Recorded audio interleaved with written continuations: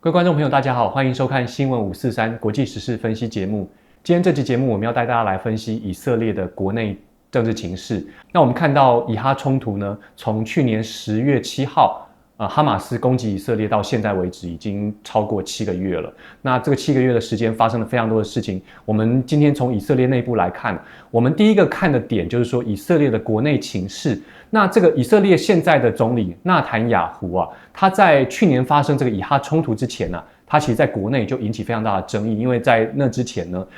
有将近1年的时间呢，以色列这个抗争的浪潮都是针对他，因为这个贪腐的问题。不过呢，在战争发生之后呢，虽然他采用强硬的对哈马斯的这个政策以及这个军事攻击的这个政策引起了国际非常多的注意。那他在国内呢，其实也引起了非常多的批评。那在近日呢，其实这个以色列就又发生了街头这个抗争。那抗争什么呢？这个抗争其实主要就是认为纳坦雅胡所组的战争内阁呢，他所做的这个军事行动呢，没有办法很有效的去帮以色列这些人质啊。我们知道这个以色列在哈马斯有很多人质还没有赎回来，他又偏偏不断的发动军事行动，造成了非常多的这个人道危机，引起了国际的这一些批评。那国际的这个声浪呢，也一面倒的批评这个纳坦雅胡处理这个以哈冲突呢失当。那第二个我们可以看到，就是说他在国内情势也面对了这个战争内阁内部的这个分歧啊。这个分歧我们可以看到，就是说从以色列的这个内阁组成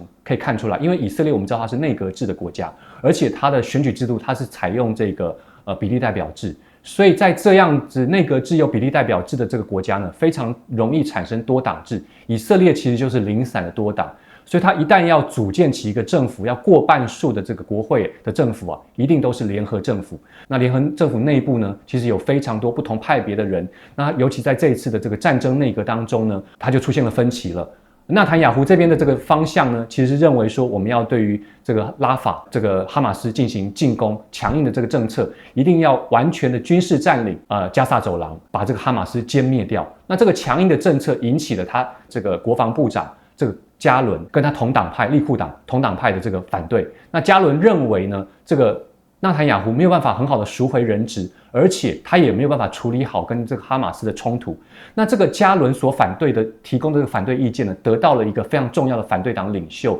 Benny Gantz 的这个支持。那这个支持其实就极容易造成这个战争内阁的这个瓦解。支持纳坦雅胡的这边的声音呢，其实是以这个极右派政党为首的国安部长跟财政部长。那这个极右派的政党呢，强烈的支持纳坦雅胡对于哈马斯就是加萨走廊的强势的军事占领政策。不过在这个我们刚刚讲这个反对的这一边，国防部长这一边认为呢，应该要尽快的处理好人质，赎回人质跟这个和平的问题。他不认为应该要进行对于加萨走廊进行军事占领。所以呢，这个战争内阁在近期要进行会面，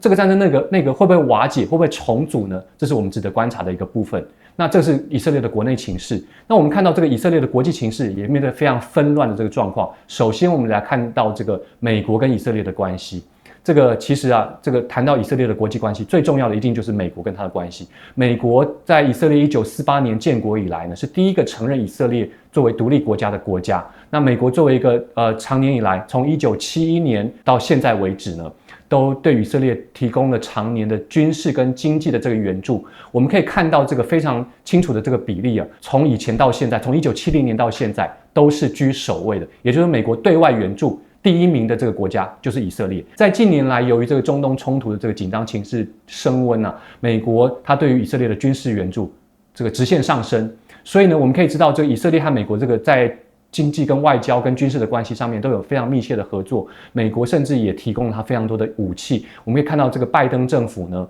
他在国会所通过的这个援外的这个法案呢，第1名是乌克兰的600多亿，第2名就是以色列的200多亿。那这个可以看到以色列在美国的中东政策当中的重中之重。那我们简单来分析一下，就是说美国它的这个中东战略是怎么思考。就是说我们看以色列不能只有看以色列本身啊，因为以色列啊，它是美国介入这个中东区域冲突里面最重要的盟国。那其他的盟国呢，我们可以看到就是沙烏地阿拉伯为首的这个逊尼派为主这个国家。这个是怎么搞的呢？就是说其实美国从这个伊朗啊，在1979年这个何梅尼进行宗教革命，把伊朗打造成一个这个伊朗伊斯兰共和国之后呢，美国在中东的世仇或者是要对抗的对象就是伊朗，所以美国在中东的政策呢是联合以色列跟这个沙烏地阿拉伯为首的国家去攻击或者是去对抗伊朗为首这些国家，包含叙利亚等等的国家。那在美国这个政策之下呢，以色列自然而然他就抓着这个美国对他的这个友好关系呢，他在中东的这个对于周边的国家非常的强硬。那不过呢，以色列的这个纳坦雅胡总理这一次对于这个哈马斯的强硬政策，不仅引起西方国家的不满，在美国内部也发生了非常多的声音，很多美国的跨党派这些民主党或共和党的智库甚至都建议美国应该要重新调整对于以色列的高度支持跟援助的这个政策。所以我们可以看到，就是美国在这个中东政策得到了很大的检讨。然后呢，这次美国呢，因为迫于国际压力这个美国的这个国务卿布林肯也谴责纳坦雅胡这个内阁对于这个哈马斯所进行的这个强硬的这个政策。那这个会怎么样的发展呢？我们可以继续看，就是说美国对于中东政策会不会在这一次的以色列的强硬政策下面有所调整，这是值得观察的一个点。接下来我们要看到就是说有个很重要的新闻，我们讲这个西方国家这个目前呢承认这个巴勒斯坦作为独立的国家呢，到今年为止呢，在193个国家里面有142个国家。那在近日，就是5月28号呢，这个欧洲有3个国家，挪威、爱尔兰跟西班牙，它分别承认巴勒斯坦为主权独立的这个国家。那这是一个非常重要的这个指标意义。我们怎么看这个问题呢？其实我们看这个巴勒斯坦跟以色列冲突的这个问题我们应该要看到一个关键概念，叫做两国方案，这个 two-state solution。这个是中东或者是以巴冲突里面非常关键的概念。这个概念呢，我们大概可以从这个1988年看起，就是说1988年的这个巴勒斯坦的这个巴勒斯坦解放组织，由阿拉法特所领导这个组织呢正式成立，而且他宣布这个巴勒斯坦为独立国家。那不过我们知道，这个一个国家要这个成为一个法理的这个独立国家，必须要得到国际的普遍承认。这个看到台湾其实就知道，我们现在只有12个邦交国，而且在这个联合国里面没有任何的这个席位，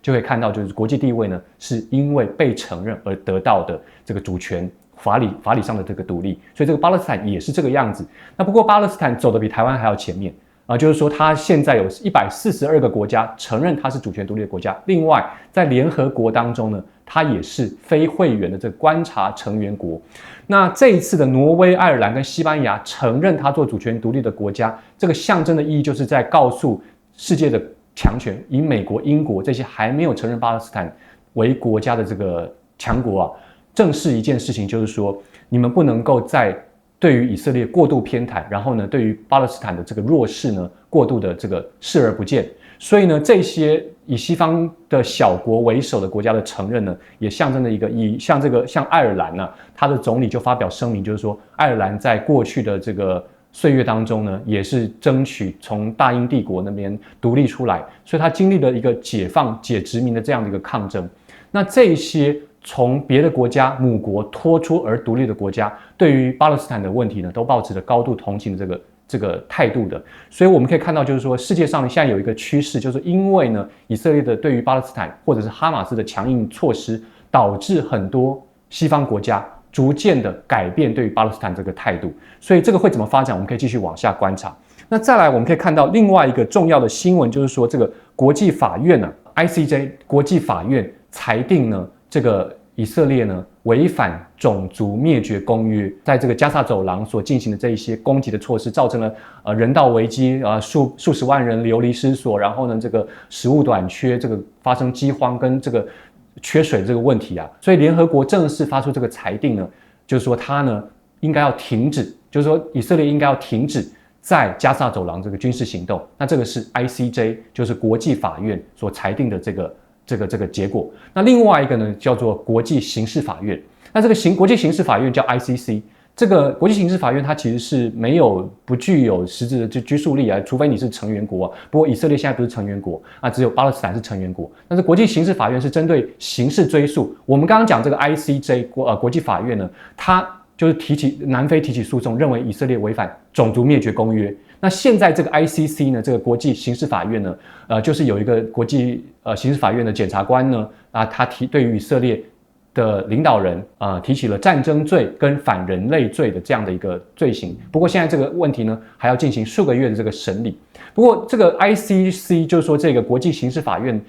所对以色列提起的战争罪，也不是只有针对以色列，他同时他起诉5个人啊，2个人是以色列人，3个人呢是哈马斯的这个成员。那以色列这边就是这个纳坦雅胡总理跟这个他的国防部长加伦。那哈马斯这边呢是3位这个恐怖分子这个领袖，哈马斯领袖跟他的军事跟情报这个领袖，所以他不是只有针对这个以色列去进行起诉的。不过我们从这个当中可以看到，他判决会怎么样，我们可以往后追。不过我们可以从这件事情去看到，就是说这个国际上因为有这些国际的司法的这个机构呢，所以其实可以唤起这个世界上对于人道或者是人权这个问题的重视。以色列国内当然是非常的反弹，就是说你怎么可以起诉我们的这个领导人跟内阁呢？因为我们可以看到，其实在这个 ICJ 啊，它其实很少针对强权或强国的这个重要领导人发出起诉，所以这个事情怎么看，我们可以往下继续观察。好，那今天我们这个分析以色列的这个跟他的以哈冲突、